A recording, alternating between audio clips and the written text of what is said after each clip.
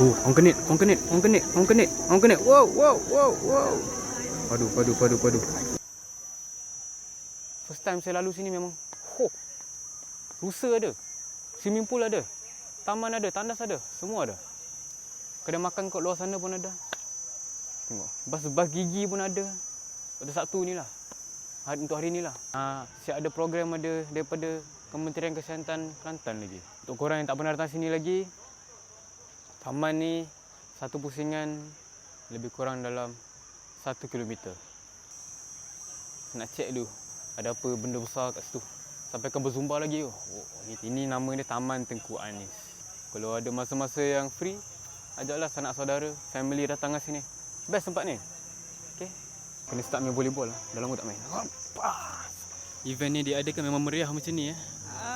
Setakat ni Alhamdulillah. Ini merupakan kali pertama kita buat program di Taman Tengku Anis. Alhamdulillah sambutan yang menggalakkan.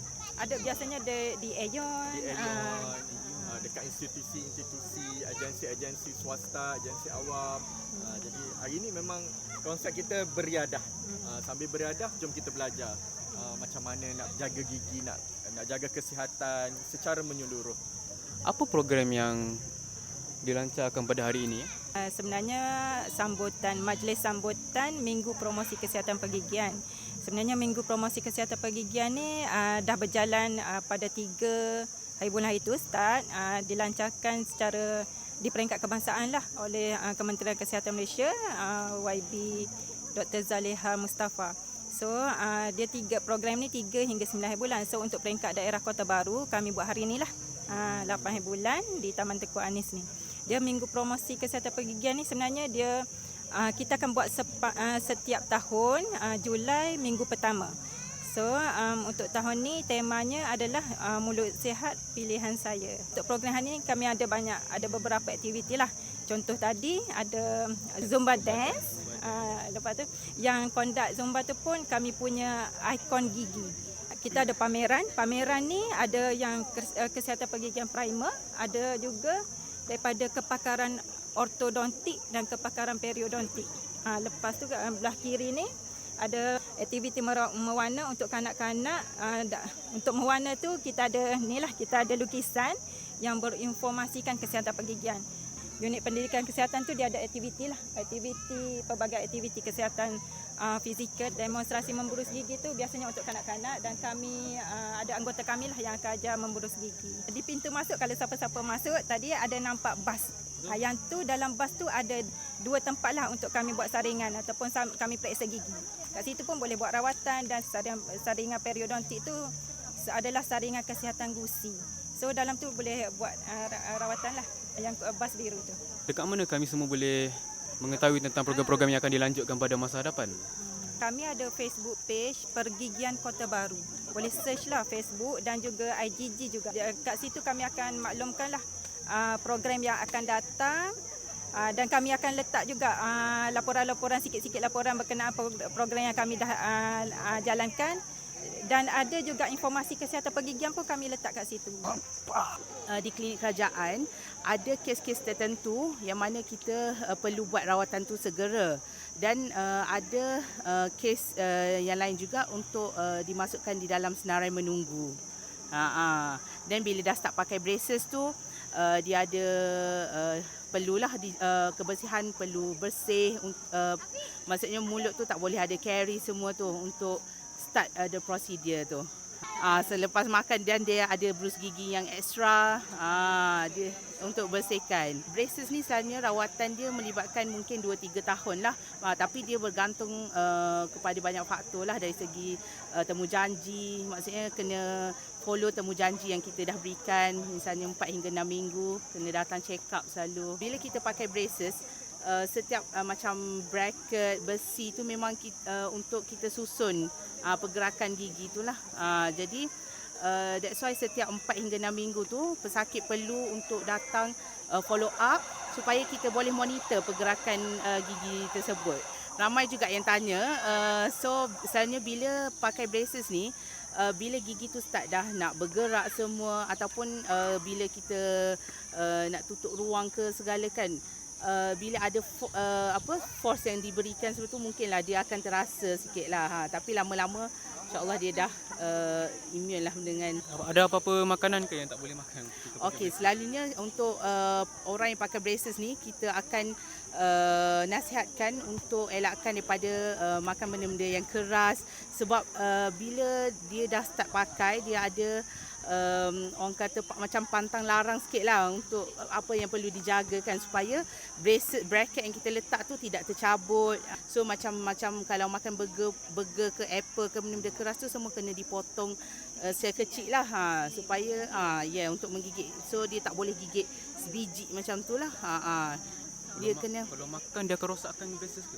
Tak, dia makan tu kita memanglah perlu makan lah kan untuk teruskan kelangsungan hidup tu. Cuma dari segi cara untuk kita makan semua tu, kalau misalnya contohnya ayam kan, kita tak boleh gigit seketul gitu dah. So semua kena racik-racik jadi kecil supaya kita boleh mengunyah tu lagi senang. Sebab bila pakai braces ni memang dari segi ketidakselesaan tu memang akan ada lah.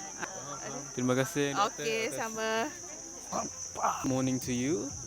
I want to know. I have a friend that his gums are dark. Is it? Well, he vapes. So is that usually what's caused it?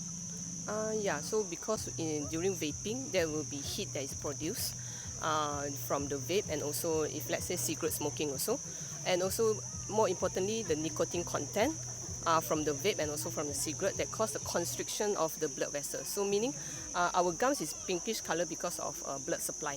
So if the blood supply is good and in normal healthy patient without any smoking or any vaping, the gums will appear pinkish color. So if let's say the nicotine content from the cigarette or vape, it causes the constriction of the blood vessels. So let's say the size used to be this big for the blood vessels. When in contact with nicotine in our body system, then the blood vessels will constrict, become much smaller. So the blood supply to the gums will be much lesser, and so it becomes a darkish discoloration of our gums. So yeah. So it does affect the gums. It does affect the gums in color wise and also the overall health of our periodontium. So what is periodontium? That is a bone, our gums and our teeth. So this is the main structure that holds our teeth. So if let's say we have a weak or not healthy periodontium, the teeth will tend to move. The first thing you will notice is receding gums. Okay, we can see the flow here. Receding gums, swollen gums, gum that have pus. So all these are the signs and symptoms that you have to a certain extent of we call it periodontitis, meaning masalah gusi that we tend to say. Yeah. So 9 out of 10 of Malaysians tend to have this problem. Does dieting, I mean like nutrition, what we put in our body, affect how our gums? Yeah. So as we commonly know that sweet food or beverages, that is certainly something that we need to reduce and put it under control. So that also gives rise to, because the first thing that causes this periodontitis, masalah gusi, or we commonly known as, is plaque. So what is plaque? Is the remnant of the food debris that after we eat.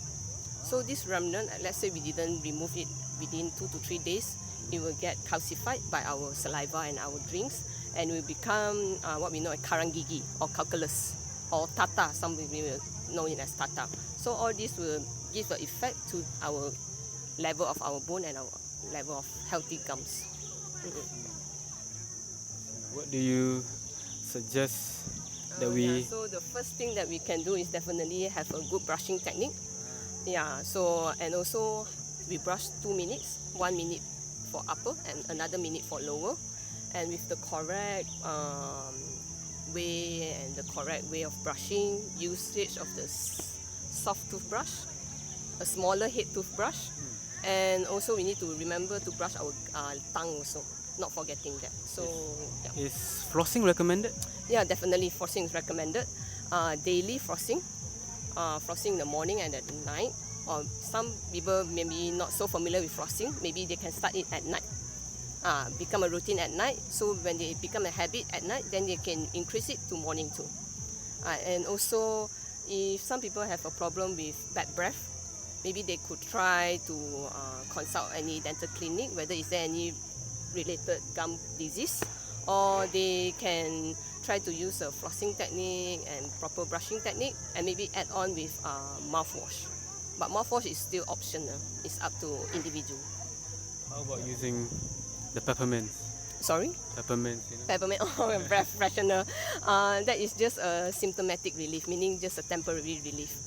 We need to find out the cause behind the bad breath. It might be caused by tooth caries, which is lubang gigi, or it might be caused by this gum disease. What causes lubang gigi? Caries, lubang gigi is the same factor also, maybe food lodged within the tooth, okay, or any plaque that is left inside for long. So it will cause the weakening of the enamel. So what is enamel? Meaning the first layer of our teeth, the whitish part that we can see. So this is the strongest part of our tooth. If let's say this structure is weakened, then it will straight away, the caries, meaning the bacteria, everything can start to cause a hole there. So the cavitation will begins. Is there like a common problem that happens with the majority of the people in Malaysia? Yeah, I think majority of Malaysians to a certain extent we have 1 or 2 caries, meaning lubang gigi. Okay, and actually 9 out of 10 of Malaysians are having some form of gingivitis, masalah gusi that we are commonly know. In English will be gingivitis, or a serious problem that involving the supporting structure of our bone, that will be periodontitis. So yeah, actually every Malaysians need to do a screening. We recommend do a screening once yearly, even though you do not have any pain, because gingivitis and periodontitis is a silent disease, meaning you do not have any symptom until that is reaches a very severe stage. But that will be tend to be too Until it becomes external. very severe, very severe, where you involve losing of teeth. So that is not the thing that we wish anyone to experience, losing teeth because of masalah gusi, gingivitis. Thank you, doctor, for your time and sharing all this. It's very useful, even for me. Okay, Having some problem. Thank you very much. Untuk pengetahuan semua rakyat Kelantan, klinik pergigian negeri Kelantan ni, program yang diorang adakan ni adalah percuma. Jadi tolong manfaatkan sebaik yang mungkin supaya segala usaha mereka tidak tersia-sia untuk menjaga gigi rakyat-rakyat Kelantan. Terbaiklah negeri Kelantan atas program percuma yang dianjurkan ini. Terima kasih dan teruskan lagi usahanya.